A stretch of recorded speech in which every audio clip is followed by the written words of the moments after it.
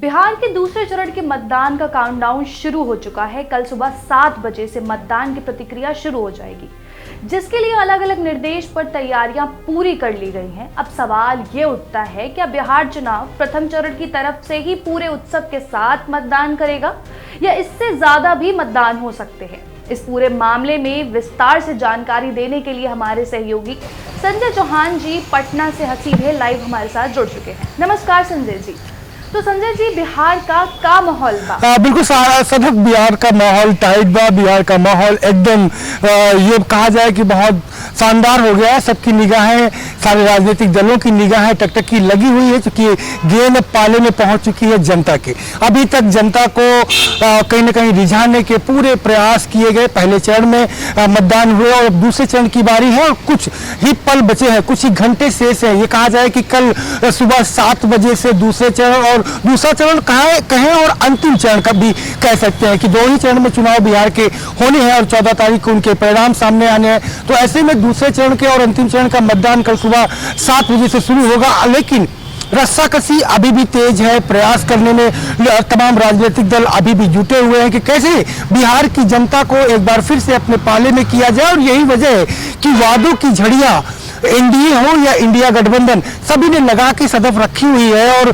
सभी ने, चाहे महिलाएं हो या सबसे बड़ी बात यह है कि यूथ को अपने पाले में, और ऐसे यूथ को जो पहली बार वोटर बना है, 18 वर्ष जिसने पार किया और पहली बार वो अपने मत का अधिकार करेगा। तकरीबन 24 लाख से ज्यादा की जो संख्या है ऐसे वोटर्स की जो तमाम विभिन्न विधानसभाओं में खासा प्रभाव डालते हैं, उनको भी प्रभावित करने का प्रयास कहीं न कहीं एनडीए भी कर रही है और इंडिया गठबंधन भी कर रही है। इंडिया गठबंधन की अगर बात करें तेजस्वी की, तो तेजस्वी ने युवाओं को साधने के लिए चुनाव के पहले से ही पूरा प्रयास किया हुआ था और यही वजह है कि लगातार युवाओं की जो भीड़ है, जो हुजूम है, वो पूरी तरीके से उनकी रैलियों में देखने को मिल रहा था। उनके वादों के साथ उनके साथ झलकता हुआ नजर आ रहा था।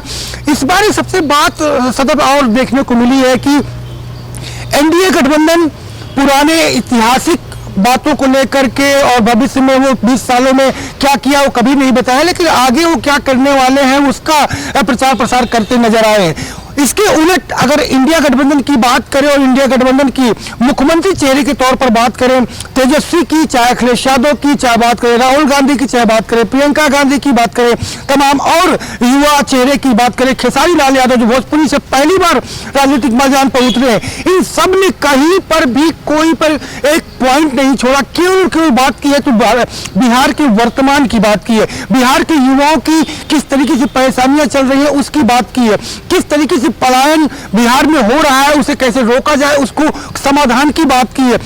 इन तमाम नेताओं ने केवल और केवल बिहार को कैसे विकसित बिहार बनाया जाए उस पर बात की है, कैसे यहाँ पर इंडस्ट्री लाई जाए उस पर फोकस रखा है। जबकि एनडीए गठबंधन ने कहीं न कहीं लालू यादव के कार्यकाल को याद दिलाया है। अगर तेजस्वी आए तो कट्टा युग आ जाएगा, इस पर विचार चलते रहे, इस पर मंथन चलता रहा, इस पर घुमा के लाने का प्रयास रहा। तो कुल मिलाकर बिहार का चुनाव इस बार अजब गजब देखने को मिला है। सत्ता पक्ष में 20 साल से बिहार में एनडीए की सरकार है, नीतीश कुमार सुशासन बाबू के नाम से जाने जाते हैं, लगातार वो यहाँ पर बिहार में काबिज है। लेकिन बिहार में उन्होंने क्या किया, एनडीए के गठबंधन ने क्या किया और कैसे ये बीमारू राज्य बना, कैसे पलायन इतनी बड़ी संख्या में बिहार से बाहर हो रहा है। सदा ऐसे हालात है पलायन के कि जैसे ही छठ की पूजा के लिए बिहार के लोग दिवाली में घर आए या ना आए ये कोई नहीं देखता, लेकिन छठ में पूरे देश में फैले बिहारी अपने बिहार, अपने गृह राज्य, अपने गृह जिले जरूर पहुंचते हैं और पूरी आस्था मनोवेग के साथ वो छठ की पूजा करते हैं। और इसी दौरान तमाम राजनीतिक दलों के साथ साथ तेजस्वी ने भी ये लाइन बोली थी और कहा था कि छठ के ठठुआ खा करके वापस मत जाना, अब की बार बिहार को बदलने की जरूरत है तो मतदान का प्रयोग करके जाना। उसका असर सदब जो है पूरे देश में देखने को मिल रहा है। पंजाब की बात करें, मुंबई की बात करें, दिल्ली की बात करें, तमाम अन्य स्टेट की बात करें जहां पर बिहारी कामगार काम करते हैं, बड़ी संख्या में काम करते हैं, वहां कामगारों की कमी आ गई है। क्योंकि जिस तरीके से मत प्रतिशत बिहार में बढ़ा है और पहले प्रथम चरण में आपको देखने को मिला है कि यूथ ने बढ़ चढ़ करके हिस्सा लिया, सबसे ज्यादा महिलाओं ने, उसके बाद यूथ ने बढ़ चढ़ करके हिस्सा लिया। उसका असर देखने को मिल रहा है कि लगातार जो बिहारी है वो वहां पर जुटे हुए हैं। इसका मकसद साफ है, मंशा साफ क्लियर दिख रही है कि बिहार में बदलाव की गुंजाइशें, बदलाव की जो बयार है वो बह रही है। यही वजह है कि सत्ता पक्ष का माहौल थोड़ा टाइट नजर आ रहा है। सौरभ जी, दूसरे चरण के लिए कितने मतदाता मतदान करेंगे इस बार? युवा मतदाता जो पहली बार मतदान करेंगे, उनकी संख्या क्या हो सकती है?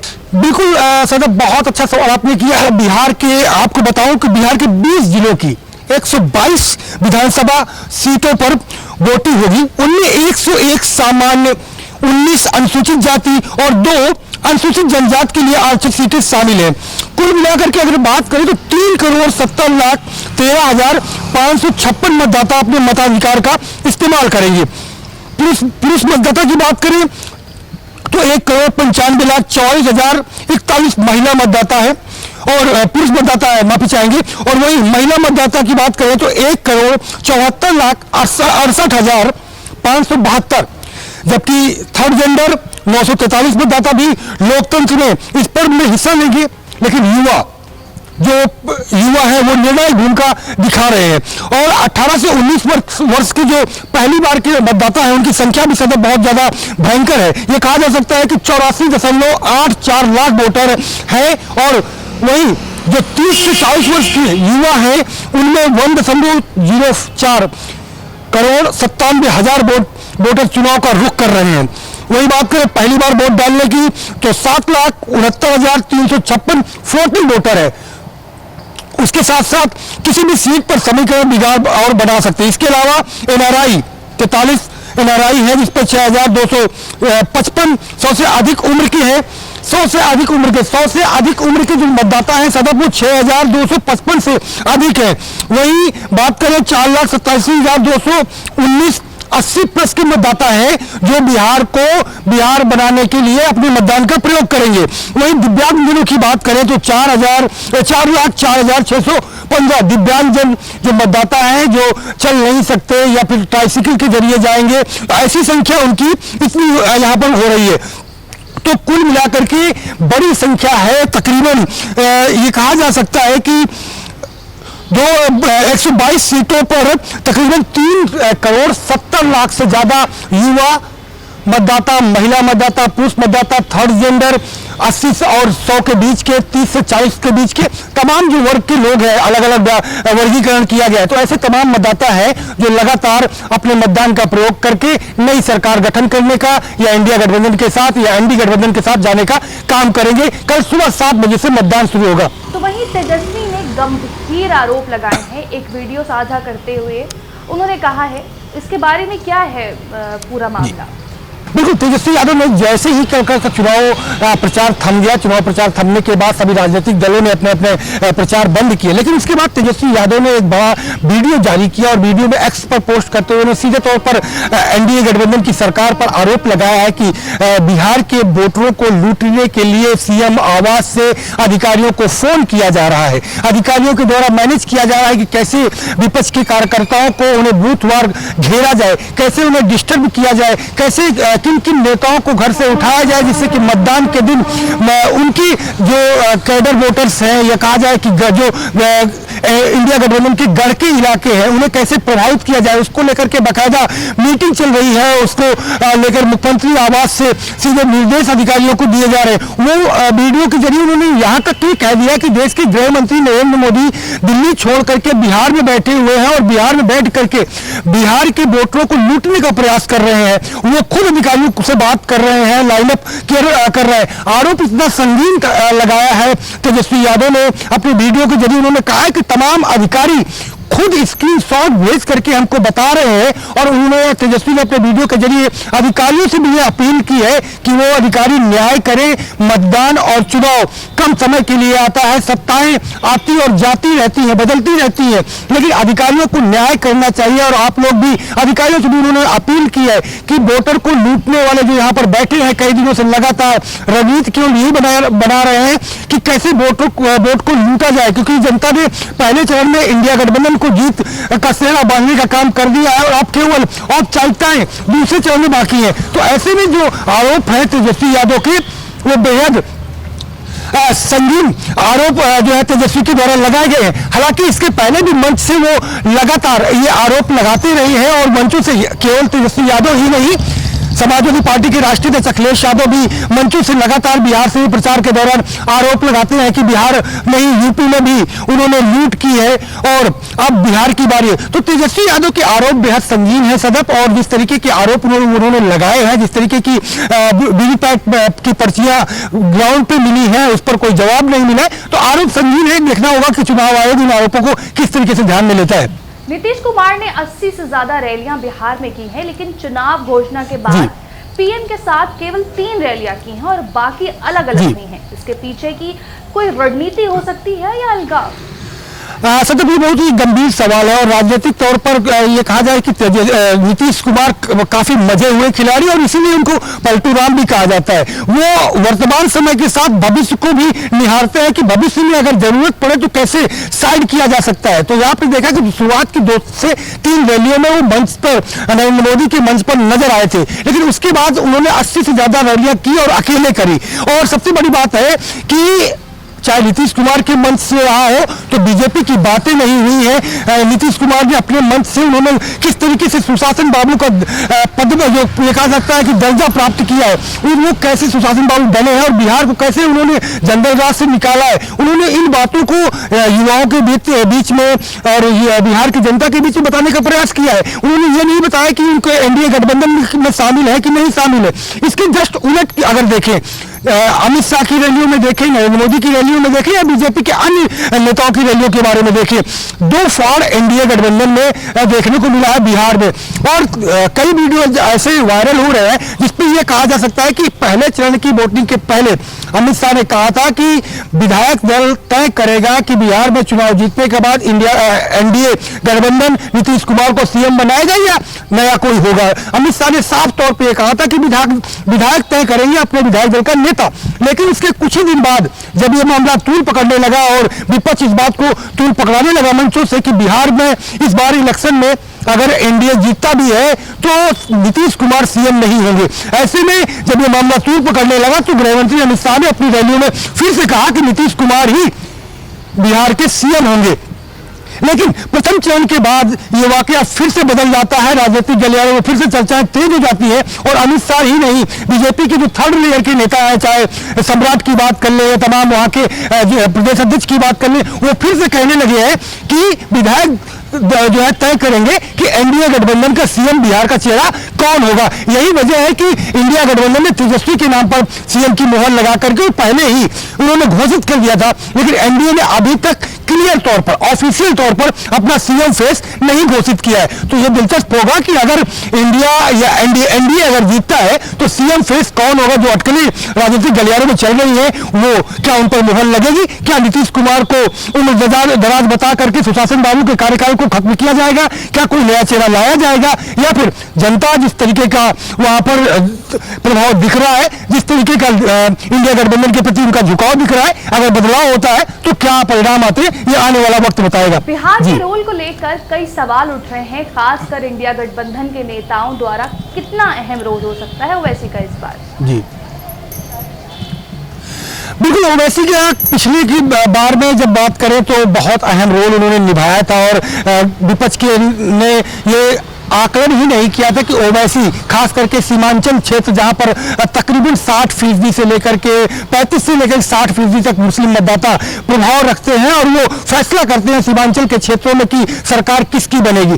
पहली बार पिछली विधानसभा, इस विधानसभा से पिछली विधानसभा में जब वो ओवैसी ने अपना प्रत्याशी उतारे थे, 80 प्रत्याशी कैंडिडेट उतारे थे और 80 में से तकरीबन 6 कैंडिडेट उनके जीत हासिल की थी। लेकिन इस बार ओवैसी के रोल को लेकर के पहले से ही इंडिया गठबंधन काफी तत्पर था, सजग था और जागरूक था। हालांकि ओवैसी के दल ने कई बार प्रयास किया और लालू से मिलने तक गए कि इंडिया गठबंधन में बिहार में उनको शामिल किया जाए, लेकिन इंडिया गठबंधन पिछली बार का जला हुआ था। इस बार वो दूध को भी, मट्ठे को भी फूंक फूंक करके पी रहे थे, गठबंधन में शामिल नहीं किया गया। यही वजह की जो है ओवैसी ने अपने कई कैंडिडेट सीमांचल इलाकों में और खास करके उन क्षेत्रों में जहां पर मुस्लिम बाहुल्य सीटें कही जा सकती है वहां पर अपने कैंडिडेट 20 से ज्यादा कैंडिडेट उन्होंने उतारे हैं। लेकिन उसकी काट के लिए इंडिया गठबंधन में चाहे कांग्रेस हो, चाहे तेजस्वी की पार्टी हो, चाहे समाजवादी पार्टी हो, इन सब ने मिल करके अपने मुस्लिम जो फेमस चेहरे हैं उनको पहले से एक ग्राउंड पे उतार के रखा है। मंचों से नहीं, बड़े बड़ी रैलियों के माध्यम से नहीं, छोटी छोटी ये कहा जा सकता है कि नुक्कड़ सभाओं के जरिए एक बात पहुंचाने पे सफल रहे हैं कि किस तरीके से ओवैसी बीजेपी की बी टीम बनकर के दिखाई पड़ते हैं जहां पर चुनाव होते हैं। यूपी की बात करें, यूपी के राष्ट्रीय इलेक्शन पर भी वो नजर आए थे, यहां पर भी तमाम सीटों पर चुनाव लड़ने नजर आए थे, लेकिन असर देखने को नहीं मिला और पूरा वोट एक तरफा समाजवादी पार्टी की तरफ मुस्लिम वोटर गया हुआ था। वही स्थितियां अब की बार प्रथम चरण में भी बिहार में देखने को मिली है और दूसरे चरण में भी ये स्थितियां इंडिया गठबंधन के नेताओं ने बनने पर मजबूर कर दी है कि ओवैसी इस बार दाल में नमक के बराबर जिस तरीके से पिछली बार असर किया था, इस बार उसके उस काबिल भी इंडिया गठबंधन ने नहीं छोड़ा है। जी संजय जी, सपा प्रमुख ने कोई उम्मीदवार तो नहीं उतारा, लेकिन अपने नेताओं के साथ बिहार में डेरा डाल रहे हैं। क्या कारण हो सकता है इस चीज का? बिल्कुल, समाजवादी पार्टी इंडिया गठबंधन का एक मजबूत हिस्सा है। यूपी की बात करें और देश की तीसरी सबसे बड़ी पार्टी के रूप में लोकसभा में उभर करके आई है, तो ऐसे में अखिलेश यादव का कद और अखिलेश यादव का बिहार में रोल अपने आप में बेहद इंपॉर्टेंट हो जाता है, बेहद ये कहा जा सकता है कि महत्वपूर्ण हो जाता है। और यही वजह है कि उस महत्वपूर्ण पोजीशन को अखिलेश यादव लगातार वहां पर उसे पूरा करते हुए नजर आए। यही वजह है कि उन्होंने 40 से ज्यादा अपने स्टार प्रचारकों की सूची जारी करी और जैसे ही चुनाव घोषित होता है बिहार का, और अपने तमाम सेकेंड लेयर के नेताओं की फौज वहां पर उतार दी। और जब प्रथम चरण का चुनाव अंतिम दौर पे आया तो वहां से लगातार 7-8 दिन से उन्होंने डेरा डाला और डेरा डाल करके बिहार की पूरी राजनीतिक समीकरण को भांपा और भांपने के साथ साथ वहां पर तेजस्वी के वादों को जनता तक पहुंचाने का प्रयास किया, क्योंकि बिहार का और यूपी का समीकरण समथिंग एक जैसा सतत देखा जाता है। यही वजह है कि बिहार की मैसेज को मजबूत करने के लिए समाजवादी पार्टी के राष्ट्रीय अध्यक्ष अखिलेश यादव वहां पर लगातार मंचों से बताते रहे कि किस तरीके से उन्होंने यूपी को सुधारा है, किस तरीके से उन्होंने अवध में हराया है और अब बारी बिहार की है। तो बिहार में उन्होंने युवाओं को मैसेज दिया है कि एक युवा चेहरा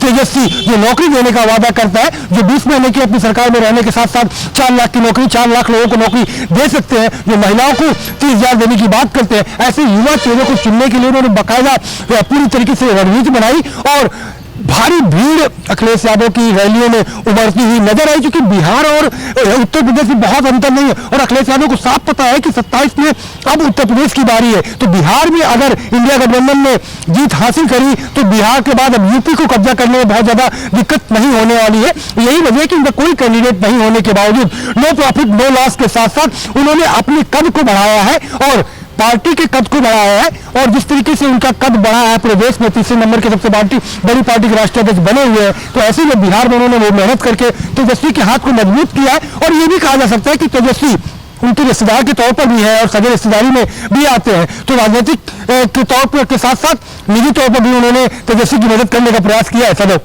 संजय जी, मेरा अंतिम सवाल ये है कि बीएसपी का अकेले चुनाव लड़ने का फैसला किस तरह से जमीन पर दिख रहा है? बिहार की अगर बात करें, बिहार की जातीय समीकरण की बात करें तो तकरीबन 16.9% दलित मतदाता यहाँ पर है और वो दलित मतदाता यहाँ पर फ्लोट होकर के अलग अलग वर्गों में बैठता है। कुछ नीतीश कुमार के साथ जाता है, कुछ आरजेडी के साथ जाता है, कुछ छोटे छोटे दल हैं, चाहे वीआईपी दल की बात करें या जो है अन्य दल है, मांझी की पार्टी है, चिराग पासवान की पार्टी है, अलग अलग दलों पर वो अलग अलग फुटकर होकर के जाता है। पहले यूपी में बसपा के साथ एक जमाना था कि 12 के पहले के इलेक्शन में बसपा के साथ एकदम फ्लो पे जाया करता था दलित वोटर। अब वो स्थितियां न तो यूपी में बची है और न ही तो बिहार में बची है। बसपा यूं कहा जा सकता है कि बसपा का एक अपना अंदर खाने नारा है कि न हम खेले जीतब न जीते देव, ये गांव की कहावत है सदर। तो वही स्थितियां बीएसपी की बिहार में बनी हुई है कि बिहार में स्थितियां ये है कि ना यूपी में उनके पास केवल एक विधायक है, टिकट लेकर के इस विधायक को लोगों को देखना पड़ता है, मिलना पड़ता है। तो ऐसे में बिहार में तो एक विधायक भी नहीं बचा हुआ है, जो जीता हुआ था पिछली बार वो सरकार में शामिल हो गया था। तो ऐसी स्थितियां हैं कि बस केवल फॉर्मेलिटी हो रही है और ये हो सकता है कि दलित वोटर में अगर 2% भी वोटिंग को वो प्रभावित कर पाती है बसपा प्रमुख मायावती, तो उसका फायदा सीधे तौर पर बीजेपी को जाएगा और एनडीए गठबंधन को जाएगा। तो इससे इंडिया गठबंधन को थोड़ा बड़ा नुकसान होता हुआ जरूर दिख रहा है, लेकिन किसी पोजीशन पर बीएसपी स्टैंड करती हुई बिहार में सड़क नजर नहीं आ रही है। जी बहुत बहुत धन्यवाद संजय जी हमसे जुड़ने के लिए और बिहार की पल पल जानकारी देने के लिए। अभी तक के लिए सिर्फ इतना ही। पल पल की अपडेट्स के लिए बने रहिए लाइव न्यूज़ एक्स के साथ।